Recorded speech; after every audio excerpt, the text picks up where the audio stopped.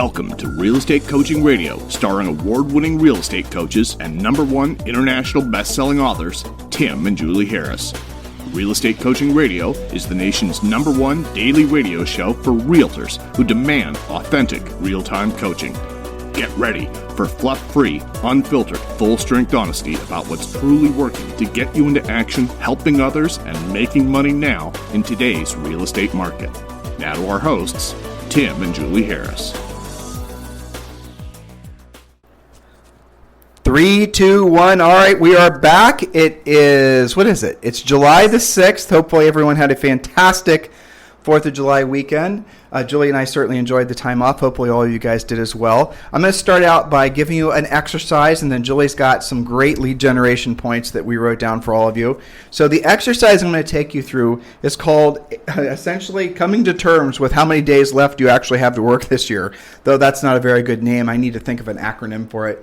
But here's the exercise. Take all this seriously, because what's going to happen this time of year, when the next 6 months, they're going to fly by. You're going to be shocked how fast the next 6 months goes, because we have so many natural and normal interruptions to the work, to your work day going forward over the next 6 months, that it's almost going to be impossible for some of you, especially as we get closer to the holidays, to have any level of concentration and focus. So here's what I want all of you to seriously consider doing.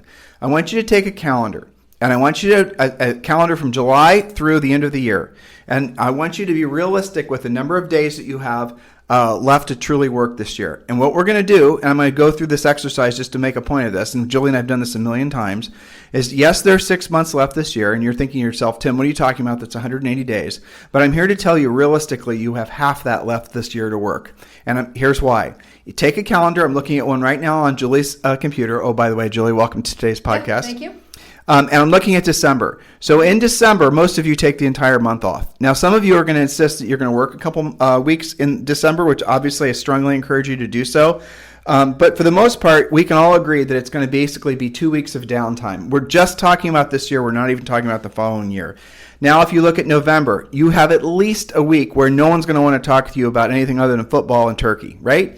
Then you go back in October. Then you're looking at basically the last week of October, which especially for real estate agents has become an unofficial holiday. Just gather candy. That's right. That's right. Some weird thing I noticed that happened like 4 years ago. People started taking the week of Halloween off, which is a big whatever to that. Okay, then you go back to September and August. September actually, depending on when kids go back to school, or rather I should say this year, if they go back to school, those 2 months are pretty clean. Now the only problem with that is if you, depending on where you live, East Coast folks, you know what I'm talking about, a lot of people take a lot of time off in August before the kids go back to school. That's when a lot of people will do summer vacations. Yep. Again, no idea if that's going to happen this year, but you're going to see a lot of downtime in August. And by downtime, you might show up to work, you might want to make phone calls, but you're going to have a lot of people that are pushing back because they have other things going on. And by the way, it does make sense that if you're going to want to take some downtime, you take the downtime when other people are taking their downtime as well, and you work when you essentially have a higher probability of success. And then we push ourselves back into July, and obviously in July we've already we're on the 6th, so you can cross off 5 days there. Well, how many people are taking this week off? If you're being realistic, though, I think there's probably more. Absolutely. Yeah. So if you take out, there's going to be other random days. A lot of weekends You're not going to want to work. There's going to be other things that are going on in your life. So it works out to be between realistically 90 and 95 working days left this year. Yep. Now I want you to pause and think about that. If it were right now, October, and you only really had 90 days left this year, and then you knew you had goals to accomplish, think how motivated you'd be knowing that you only had that 90 days to accomplish the goals that you'd set for yourself. Mm-hmm. I want you to have that same emotion now, realizing that you effectively only have 90 working days left this year. And I realize that you will be working you'll be working a couple weeks here, a couple weeks there, and then there'll be a week off. That type of workflow, which is more or less forced on you, creates all kinds of problems with building any sort of real momentum. because you're going to be grooving and you're going to be hitting it out of the park. Everything's going to be going great, and then all of a sudden you're going to discover that a whole bunch of people are taking a week off because the kid's going back to school. Maybe you wanted to do the same thing. You guys get the gist of what I'm saying. So it's incredibly important that you not think about the rest of 2020 or any year for that matter as 6 months. You got to think of it as 90 days. That in that 90 days, what Julie and I want you to do is drill down on doing at least 3 things at the highest level. And I'm going to tell you what those 3 things are. Ready? Write these things down. And then Julie is going to share with you the results, or not the results with names, but we're going to tell you about a competition we did with our Premier Coaching members over the last 90 days. We're going to tell you about some of the money that they earned, frankly, and the number of people that they helped. So here it is. In the next 90 days, every single day, you have to, number 1, be making the number of contacts every single day that is equal to the number of contacts as required in your real estate treasure map. If I'm speaking, a foreign language to you right now, that's fine. The real estate treasure map is free to all of you. And if you want to get a hold of the real estate treasure map, the simplest and easiest way for you to do that is just text the word Harris, Harris, to 31996. Text the word Harris, Harris, to 31996. And when you do, we're going to text you back a link. And that link is going to then give you access to the Real Estate Treasure Map along with 6 other books you can download. One of the key elements of the Real Estate Treasure Map, and this is also discussed in our audiobook and our the book that's available at Barnes & Noble and Amazon called Harris Rules. We're closing in on 400 5-star reviews. If you haven't gotten that book yet, I strongly encourage you to. Harris Rules on Amazon, or you can download it obviously on Audible or wherever else. So one of the tenets of our coaching program is what we call, the real estate magic number. And the real estate magic number is simply the number of listings you need at all times to meet or exceed all your financial, obligations and goals. It's a very simple concept that really, really works, and it clears totally and completely cuts through all the BS that so many of you guys get mired in when you're trying to know, when you're saying, I want to know what my one thing is, or you guys are so easily distracted and so many things trying to distract you that it's almost impossible, especially when you have all these, starts and stops throughout the rest of the year to get anything meaningful accomplished. So the number one thing you have to do is know what your real estate magic number is. The number of listings you need at all times to meet or exceed your financial goals. Tim, I'm not a listing agent. Well, you ought to work on that. Do you really want to basically be, having to focus all your best energies on working with buyers for the rest of this year when you could be learning how to be a powerful listing agent? So absolutely positively, download the Real Estate Treasure Map, figure out your Real Estate Treasure Map or your Real Estate Magic Number, figure out what it is. Let's say it's 3 listings at all times, it's 5 listings at all times. If you have a lower average sale price, it might be like 20 listings at all times. Whatever that number is, you have to make that number of contacts every single day. A contact is a conversation with a decision-making adult. A contact is not a conversation that happens on Facebook where you're liking somebody's picture with their dog. Okay, that is not a contact. Or a one-sentence text. So let's just say nothing digital really counts. Nothing, yes, exactly. Nothing digital. You have to pick up the phone and have a conversation, or go knock on a door and have a conversation. If you do it in person, through your mask and your 6-foot distancing, then, it's a conversation. That's where your focus needs to be. So if your magic number calls for you having 7 listings at all times, then you need to make 7 solid contacts every single day.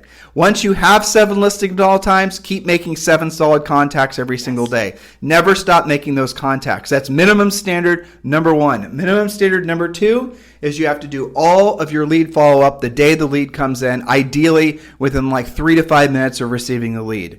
If you look at the top producing agents across the country, and I'm going to tell you guys about an event we're doing where you can attend if you guys are looking for some real motivation. But the number one reason why somebody is or isn't successful in this real estate business of ours is how fast they do lead follow-up. That's the reason Julie and I coined the term furiously fast lead follow-up. Tim, exactly how long am I supposed to take to call somebody back? And then somebody come up with this, I've read this crap before where they say, well, if it's a text lead, you have this amount of time. If it's this lead, no. And if they texted you, you should only text them back. Yes. Baloney. Get that out of your heads. You're so silly. Jeez. So here's the rule. Anyone who communicates with you anyway, you call them back. Tim, I don't have their phone number. I get it. So if someone texts you or someone messages you and you can't get their phone number,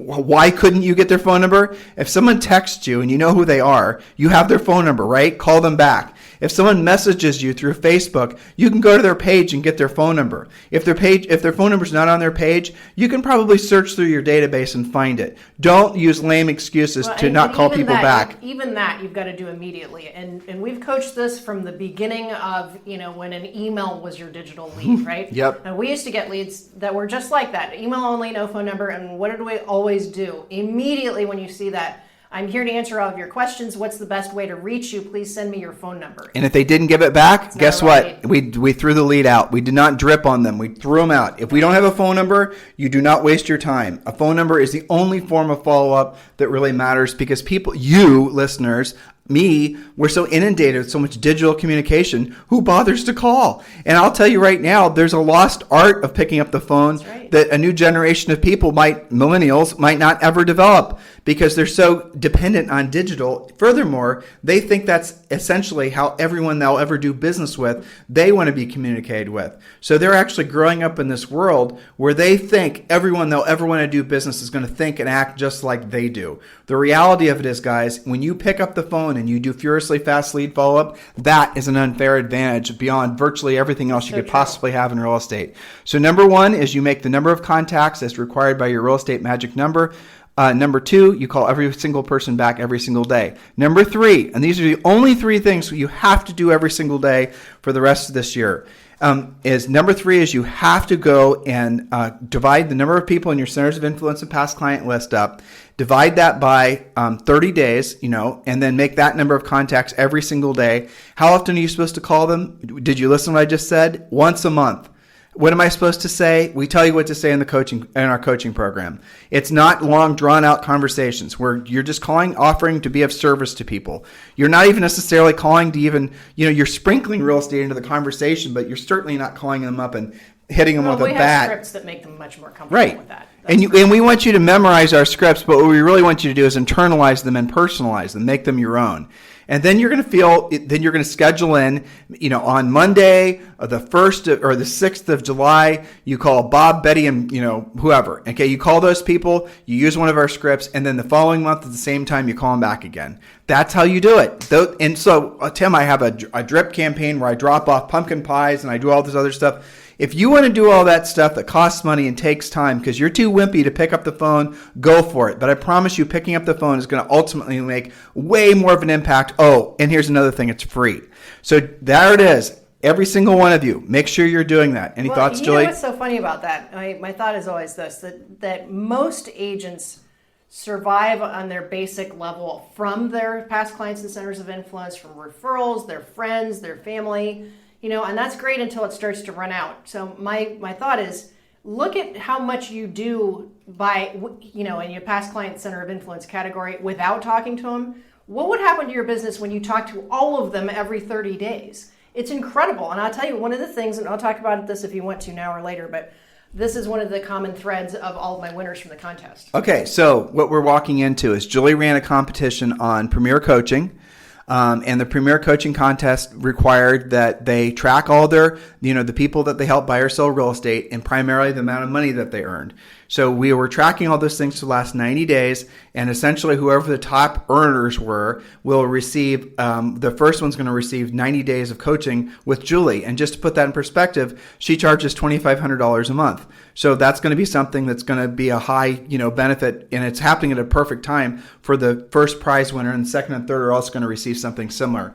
But before we get to what they were doing to generate that much revenue during the pandemic, and Julie wrote down a list because she was going through the tallies of the winners today. They also posted a lot of their victories on the private Facebook page, so I've been kind of watching them for the whole 90 days. Which has been fun. It's been great, and they've been very motivational to their colleagues there as well. So speaking of motivation, we are doing a mastermind, and the mastermind started last week, and it's me interviewing usually 7 or 8 of our top producing agents, and we're going to be doing this probably an additional 3 times. If you want to attend one of the upcoming events, just text the word motivation. Text the word mastermind to 31996. Text the word mastermind to 31996. And when you do, we're going to text you back a link and you can schedule yourself for one of the events. So text the word mastermind to 31996 and we'll text you back a link and then you can join us for the mastermind. On those masterminds, we're going to be talking about what these agents are doing to generate leads. We're going to be talking about what are the kind of secrets they wish they had known when they started selling real estate. We're obviously going to talk about what they're actually doing now, what their production is. You're going to be hearing from people that are, bellwethers of this industry. They're selling hundreds of, some of them, I think one of them sells like 700 houses a year.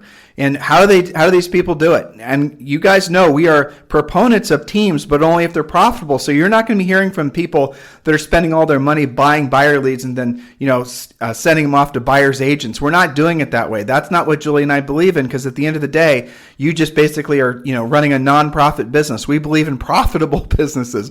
What's that? Profitable business in real estate, right? Because ultimately, the goal that all of you guys have is to be financially free. And the only way you're going to be financially free is if you make it so your money works for you. You no longer have to work for your money. In other words, you have to have profit from your business to reinvest in things that will produce income for you. So that is the key of our business. That's, essentially one of our main North Stars, as it were. So Julie, again, Yes. So go ahead and text the word mastermind to 31996. All right. So what were the top sources of leads for all of our top earners? All right. So keep in mind, these guys have played this contest during absolute pandemic months. Many of them were officially locked down, but they did it anyway.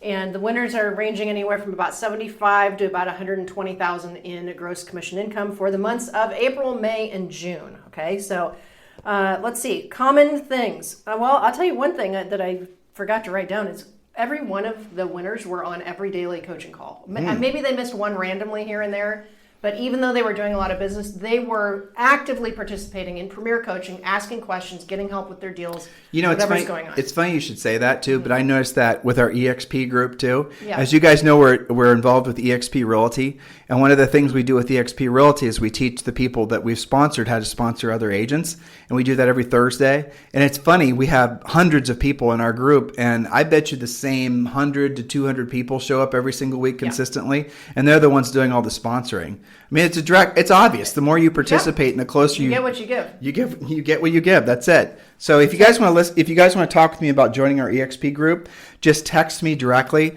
at 512-758-0206. 512-758-0206. All right. So other things that they have in common, every one of my top 5 contenders, and there were a lot more even below them, and these are just the top 5 that I've gathered intel on. They're listing agents primarily. Now, they also are selling many of their own listings, and the buyers for their listings are coming with listings. So they are absolutely self-generating a lot of this and not blowing a lot of money buying leads.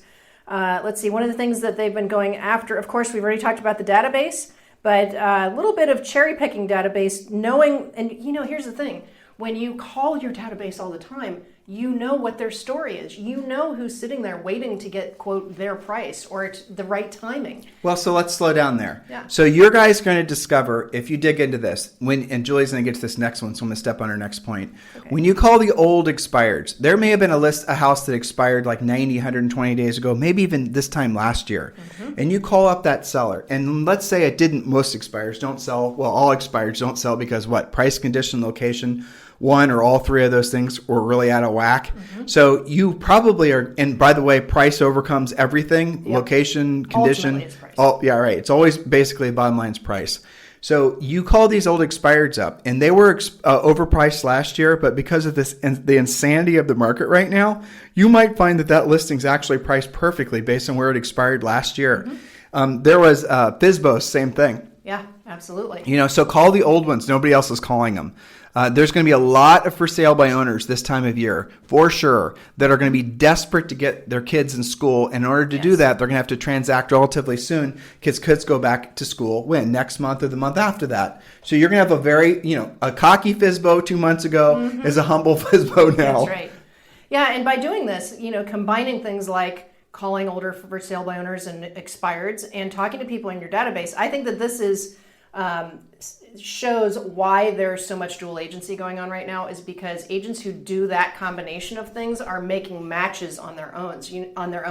One of our coaching clients in Amelia Island, almost everything he's listing right now is selling himself. Why? Because he knows what his clients want, because he knows what the inventory is coming up, because he talks to them before it hits the MLS.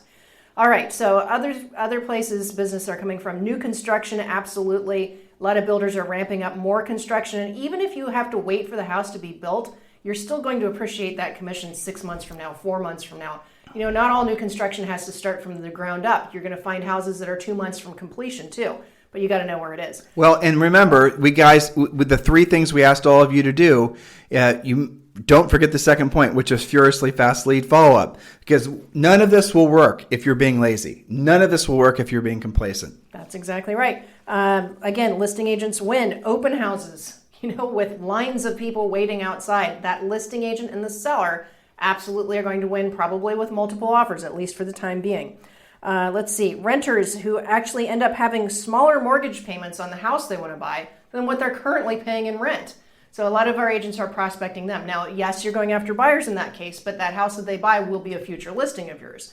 And it is a compelling story because interest rates are lower than 3% right now. They're literally the historic low in the history of mortgages. Yeah, it's so insane. That's a very valid call. And I see that happening, especially in the more expensive markets, like right around Washington, D.C., where rents are super high, but you can still find a house that's, maybe $550, $650 with a low interest rate. Let's see. What else? Listing agents always win. I wrote that down. Let's see. Lots of matches, new construction. That's basically it. But I don't think any of our front runners are people who buy their leads. They were doing open houses on vacant listings. Yeah. That was a big money maker for a lot of them on vacant listings. And by the way, you guys can do open houses on listings that aren't even yours. You just have to check with the other... vacant new construction. Yep, that's a gold mine. That's so funny. We've had so many people over the years that have just made fortunes off buddying up to the new construction people. Because look, the new construction people, a lot of them, especially if they're working with the smaller, medium-sized builders, they have to keep their jobs by holding those houses open. They have no substitute. There's nobody else to hold those houses open. They're coming up to a time of year where they probably rather have, occasional weekend off. Yep. So why don't you step in and say you'll work you'll sit there for them. And obviously you're going to focus on basically helping them sell their own houses. And then if they do, you get on that contract. You're going to be the buyer's agent, the representative, the buyer to that new build. That's how you get paid. Well, but also builders are surprisingly open to this. Even we've had some of our coaching clients talk to some of the track, like KB homes and stuff like that, where they, the initial agent reaction is, oh no, they keep everything in house. Well, how do you know if you don't go talk to them? That's right. And again, a new construction for many of you right now is definitely the direction you need to be going. We talked just with a great bit of detail. Was it 2 weeks ago about great lead sources that these guys aren't chasing down? You can find our past podcasts at timandjulieharris.com, but also on iTunes, Stitcher, on Spotify, all your favorite podcast listing services. And by the way, our podcast is still the number one daily listened to podcast for real estate agents in the nation. So thank you for continuing to make that true. Go ahead, Julie. I worked on some other things. We talked about where business is coming from, but I'm also hearing an interesting collection of issues that these guys are dealing with. One, and we've seen this before in hot markets with low inventory.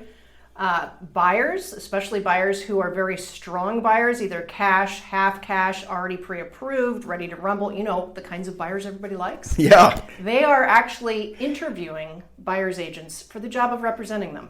So you thought it was hard to be a buyer agent before, not be a listing agent. Now you have to compete for that buyer business. Fortunately, in Premier Coaching, we have a buyer presentation, which 99% of your competition won't be using, and some scripts to go with it. But I thought that was an interesting development. So we should tell them there's a story that we're working on. You guys know that sort of these tech companies are always coming up with these new great ideas, and Inman likes to champion them as somehow some sort of revolution for consumers and all this other Mickey Mouse. Well, one of the recurring themes I'm seeing, because Julie and I are consulted with some of these companies because they don't really have a read at all on you guys.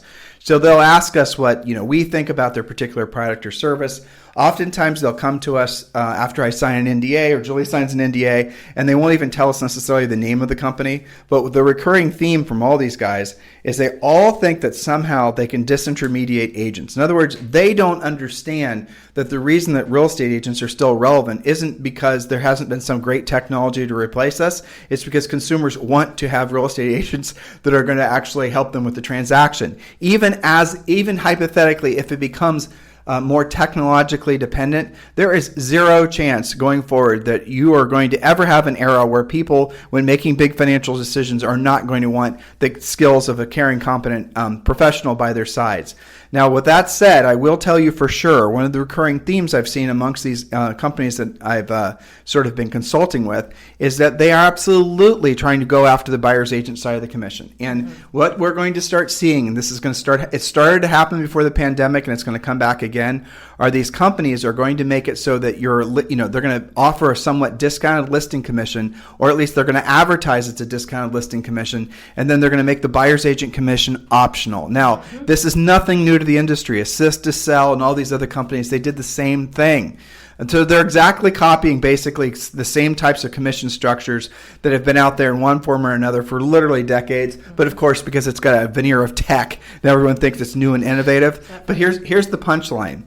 If they're successful, they're going to normalize buyer's agents having to basically justify their commission. In other words, right now in the United States, whether you guys knew this or not, it's unique to the United States and Canada, by the way, that there's an entitlement. There's the seller always pays the buyer's agent commission. That's not the way it works the rest of the world. So what you're going to see, realistically, it's going to start happening in obvious ways, and we've been warning you guys about this for 2 years, is what you're going to see that these buyer's agents out there are going to then start having to explain to the buyer why they should pay their commission. And there's not going to be any implied co-op commission that are going to be given on listings. So you're going to, right, as if you were going on a listing presentation. When you go on a listing presentation, you have to know how to answer the seller's question as far as why not only should they list with you, but also why they should pay your commission. And then they're going to try to get you to negotiate. These are all the things we teach you how to deal with as part of our coaching program. But the same exact thing is going to start happening on the buyer's agent side.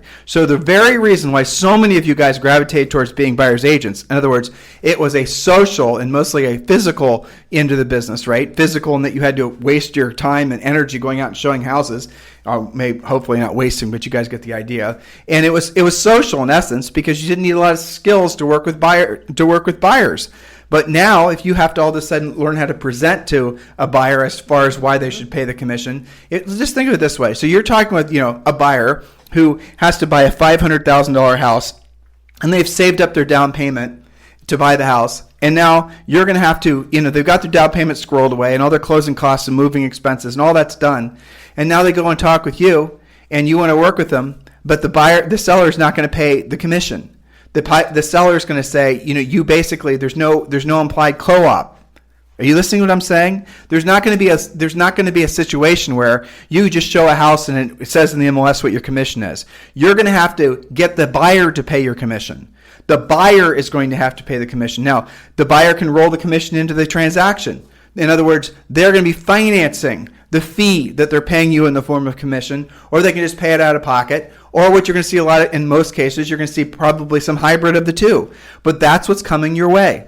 That is the reason why, one of the many, many, many, many, many reasons why we absolutely beg all of you to pivot all your best energies on becoming powerful listing agents. Because what else does that buyer do? They go direct to the listing agent. That's right, and that's what they do, and that's what we're experiencing, and that's the reason you're starting to see these buyer's agents, or these buyers who are starting to become more sophisticated, especially the ones that have houses to sell. In a market like this and going forward, because the consumers want more control, and they're saying to themselves, like, if you buy a $1 million house and you're Betty, the local agent, represents you, and you go to the closing and you see it, Betty just made $25,000 or $30,000, and she only sold you 7 houses, and you knew the house was for sale. Matter of fact, you even sent it to her because you found it in Realtor.com, right. And she opens the door for you. Why exactly is she earning that much money? See, this is the entitlement aspect, right? I'm not saying it's right or wrong. I'm saying this is the direction that these tech companies are going to go to start steering buyers away from you guys and making it so you guys have to compete, or making it so you have to justify your commission. Some of you will be able to do it. Most of you will not. And I'm suggesting to you is The real way forward is becoming a listing agent, because when you're a listing agent, you've learned how to compete, you've learned how to take the listing, and you control what happens essentially to that house, and which will enable you to do more double ending of your own listing. And when that buyer comes to you and they ask for you to, justify your buyer's agent commission, it'll already been factored into the contract you have with the seller. So it'll be a non-issue. And Which, by the way, is how the builders do it most of the time. Exactly. It's already, my point in saying that is the model is already there. Yeah, it is. This is not a radical thought. Right. So this is the direction that commissions are. I don't know if it's evolving or devolving. I don't know which. But this is the direction the business is going. This is not Tim and Julie being dooming and glooming. This is Tim and Julie being consciously aware of what's happening to our industry so we can take care of all of our coaching clients. That's right. Because the changes that are going to happen next, what happens, guys, is when there's a lot of pressure on real estate prices, which there are now in a seller's direction, but soon, and we mean by soon, we mean 12 months or less, there's going to be there are real reasons to believe there's going to be downward pressure on real estate values, in terms of essentially whether houses are going to depreciate. There's a CoreLogic report that came out. What did it say, Julie? Well, they said if you look at the whole country that it should be depreciation between 1% and 2%. However, in that same article, they also went over specific markets. I think they mentioned Vegas and Phoenix, and of course, New York City has already been hurt by this, coming down significant numbers, 8 to 15%, depending on where you're located and what the inventory is like. So overall, 1% to 2% doesn't sound that horrible, although compared to what some of your sellers have seen in the past, it'll sound horrible to them. The real horrible part will be the psychological effect because people's, and it's already happening in the country. Expectations are all exactly. out of whack. That's what's going to. If all of a sudden people don't believe they're, buying a house as Willy Wonka, golden ticket where they're going to get the tour of the, beloved chocolate factory, buyers are already going to be feeling, concerned about the economy, feeling concerned about all the other Mickey Mouse that's going to be happening in our world. Mm-hmm. And then when they're not walking into a guaranteed, or at least what they feel like is an entitlement of an increase in value of the property, assuming CoreLogic is right here, listeners, then you're looking at essentially even a more protracted sale process, which is even going to really, really then hurt agents who have only built their businesses working on buyers. So number one thing, all of you have to be locking in your brains is the only way forward, or I shouldn't say only way, but certainly the way that's going to cause you the least stress, that's going to produce the most, the best results, are definitely focusing on becoming a powerful listing agent. Yes, you have to have skills. Yes, you have to learn to do what you don't want to do and you don't want to do at the highest level. Yes, some of you are going to have, it's going to be the hardest thing that you've ever tried to learn. You want me to lie to you? It's going to be, because you're going to have to overcome some of your own head junk on your way to also mastering the skill set that's necessary as well. It's going to be a mindset, skill set, tug of war. Absolutely. We talk about this extensively in our book, Harris Rules, by the way, which is available at Amazon and Barnes & Noble. Do you have any other notes, dear? Well, there's so many pressures. We talk about becoming a listing agent. When you're in our Premier Coaching, you can hear that in other manifestations. For example, you try to be a buyer and get some inspection thing done right now, and you know what the listing agent says? Sorry, we'll just take a backup offer. Listing agent always wins. Okay, buyer's agent has to go show the property again. Well, here, drill down on that. That's a good chain. Well, that's mental labor versus physical labor. Right. Your buyer. I read on one of the Facebook pages that you and I contribute to. Forget the name of it. It wasn't one of ours. But someone was talking about over the weekend, this was maybe 2 weeks ago, they're talking about the fact that they wrote 4 asking price contracts and only one got accepted. Yeah. And the one that got accepted, the buyer was even kind of janky about whether they wanted to buy it in the first place. So they'll probably back out over the inspection or whatever. But it's like, this agent said, well, what happened? We offered full asking price. The reason that you didn't get it is probably because, I'm guessing, the listing agent sold it themselves to one of their own buyers. Or number 2, frankly, they knew to go over asking price and probably got a little coaching and consulting from the listing agent as far as where the price should be. And there's all these little skill sets that unfortunately many of you choose to just develop from experience versus basically learning from other people. Right. And when you do that, you really increase the likelihood of failure. There's a statistic I shared with you guys last week that essentially, it's not a new number, but it's still shocking every time you think about it. What was it, Julie? That's something like 85%. Yes. Yeah, that's what it was. 85% of all agents fail in roughly a year. Yep. So they get into the business and virtually all of them are going to fail within 12 months. Well, why is that? Why do so many agents fail? It's not like this is an expensive business to stay in. It's because they're not doing the real work of real estate. It's because they're doing their branding and their social networking and they're doing their TikToking. Well, they run out of luck and hopium. That's right. Most agents, and this statistic has been true for years, most agents, right, when they get their license, do 2 or 3 deals with their friends, and they think that that's how it's going to keep going. Right. And they pray to the real estate gods, and maybe they uncover somebody under a rock, and then they're encouraged for a little bit, and then it dries up for real, and they have to get out of the business. And then they never did the real work. And that's lucky. Well, what's the real work? The real work is all the stuff that you don't want to do. The real work is the stuff that makes you uncomfortable. Then they'll lock into, I'm going to do a center of influence past client thing, right? I'm going to start dropping off tchotchkes to their house and pumpkin pies in November. I'm going to start mailing postcards. I'm going to start doing all this passive stuff. And then you just hope and pray that it'll work over time, and it doesn't. It doesn't. And then you say, well, I'm going to do this other thing. I'm going to do this social networking campaign. I'm going to do this Facebook thing. And then that doesn't work. I'm going to use my credit card to buy leads with. And then look, guys, if you start in the business that way, and I know most of you are surrounded with people telling you that's what you're supposed to do. The reason they're telling you that's what they're supposed to do is because A, they're trying to sell you whatever snake oil they've created, and they never have learned how to do the real work of real estate themselves. The real work of real estate is all we focus on because it's the thing that's going to make you essentially evergreen in this business. You're going to be always successful because you're going to always be the one with the listings. That's the primary focus of what we teach agents to do. It will always be what we teach agents to do. And look, if you want to talk about teams, that's fine. If you want to talk about, branding and marketing, all that stuff is great. But the bottom line reality is those things are luxuries. Those things are like fun. You have to do the real work before you're actually allowed to, it's the difference between, honestly, it's the difference between really doing something that's meaningful with your life and your business, truly being of service with people, or just playing.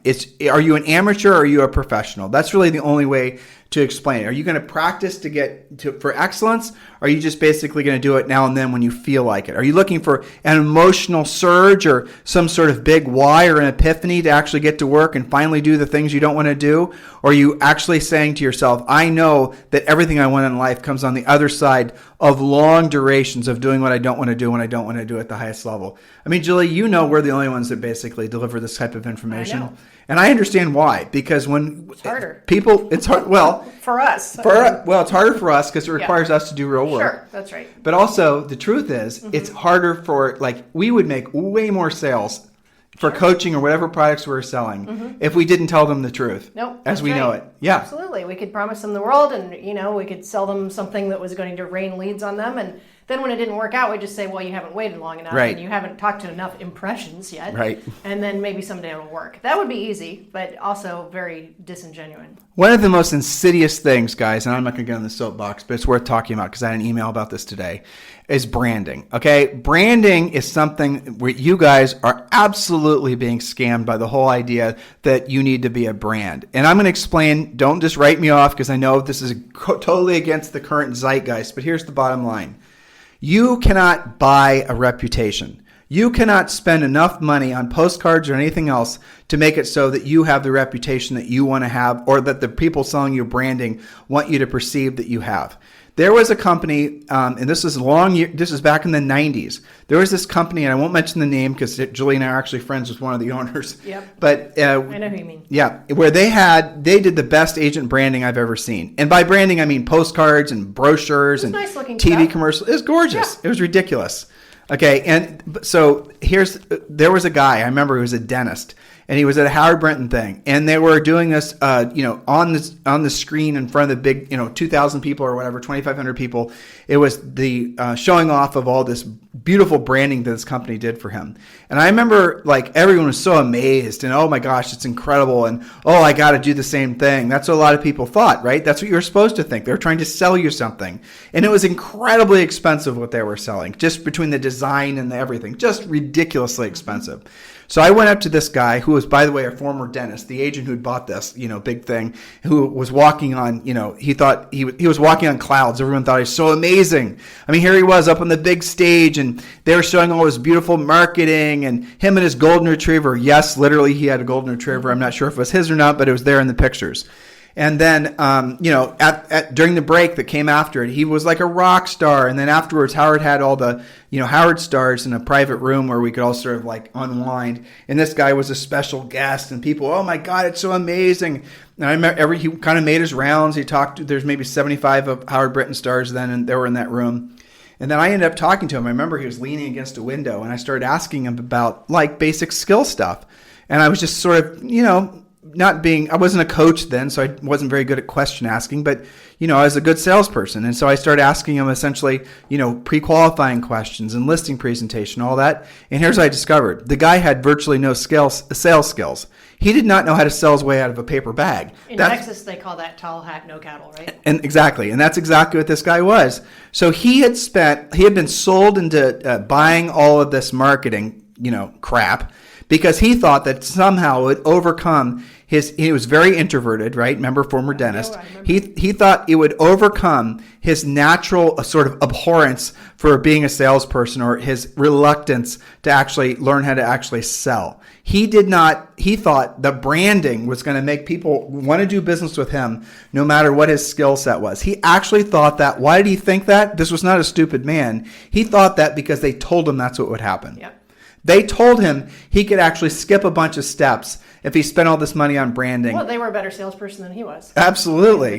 Yeah, and he'd sold his dental practice. I remember exactly how he got into real estate. That guy was not ever at a Howard Britton event again. He did not go any of the following years. I never followed up what happened to him, but you can only assume that he didn't make it in real estate. That breaks my heart. It broke my heart then, and it breaks my heart now. Mm-hmm. It breaks my heart because these same people are still selling you guys the same snake oil, and they're trying to convince you that you can buy your reputation. You can't.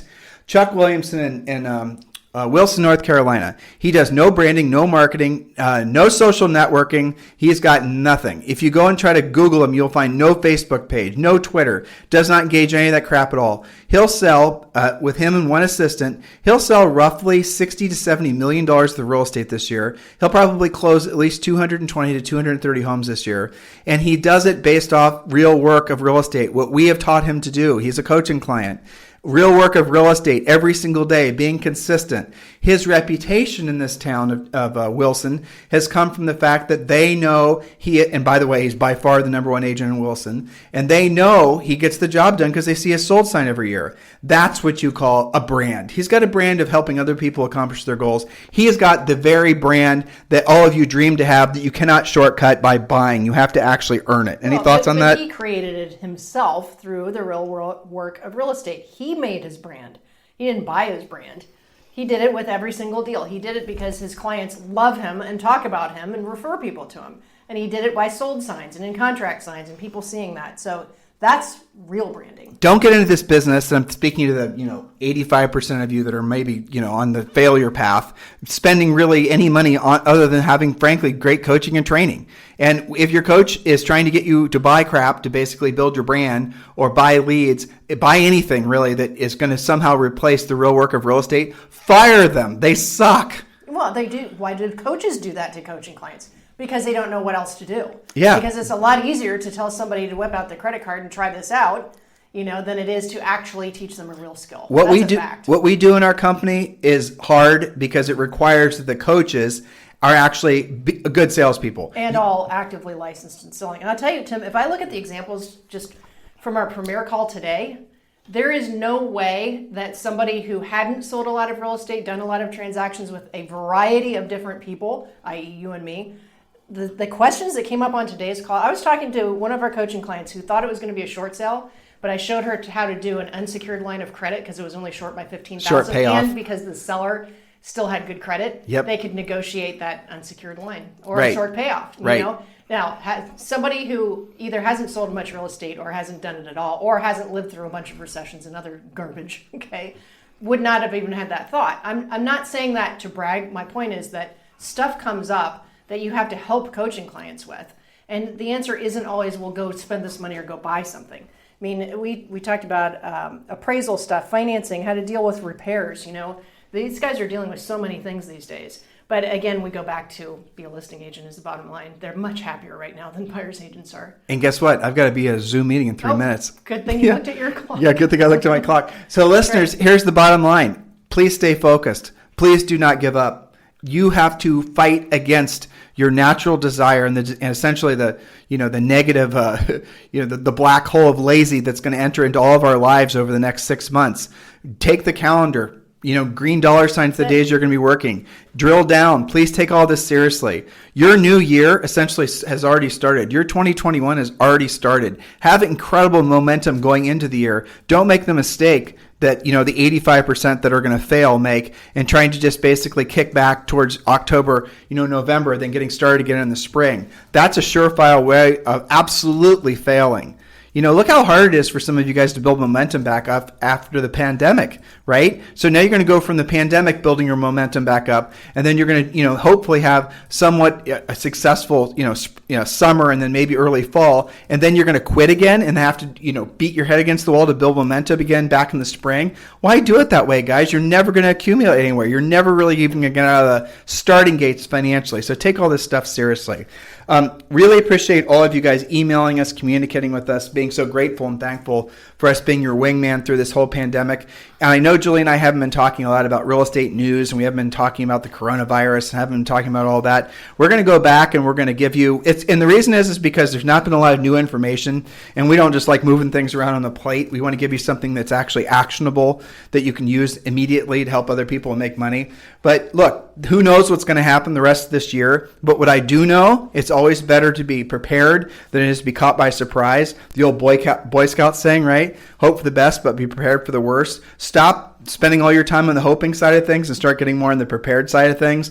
One of the smartest things all of you guys can be doing is taking action now and texting me to ask and talk to me about joining Julie and I's EXP team. And EXP Realty was without a doubt going to be one of the most powerful real estate companies, if not the most powerful real estate company, not just in the United States, in the world.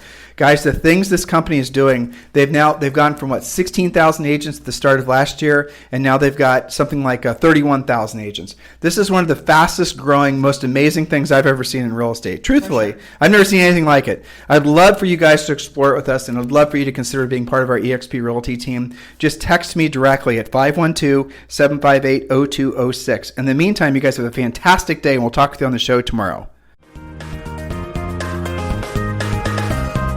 This program has been a presentation by Tim and Julie Harris, Real Estate Coaching. For more information on our real estate coaching and training programs, visit our website at timandjulieharris.com. Remember to tune in weekdays at noon for upcoming shows, and until next time, thank you for listening to Real Estate Coaching Radio with Tim and Julie Harris. This podcast is a part of the C-Suite Radio Network. For more top business podcasts, visit c-suiteradio.com.